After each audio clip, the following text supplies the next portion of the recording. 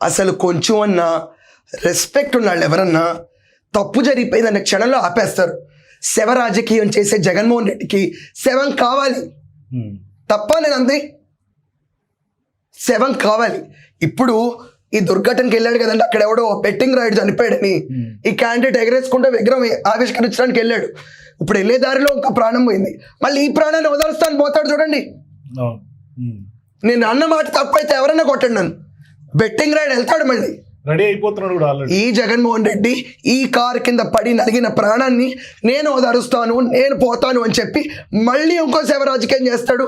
మళ్ళీ పోలీస్ నిబంధనల్ని ఉల్లంఘించి పిచ్చి పిచ్చిగా రాష్ట్రంలో పర్యటించి దిక్కుమాల స్థితికి తీసుకొస్తాడు. అసలు ఎందుకు చేస్తున్నావు జగన్? ఇది జనాలకు అర్థం కావట్లేదా? It's a high end of deviation technique కాదా? కాదా? లిక్కర్ కుంభకోణంలో అనే పేరు ఎవరి పేరు బయటకు వస్తుందో అని చెప్తే భయం నీకు పుడుతుందా ఎవరికి పుడుతుంది?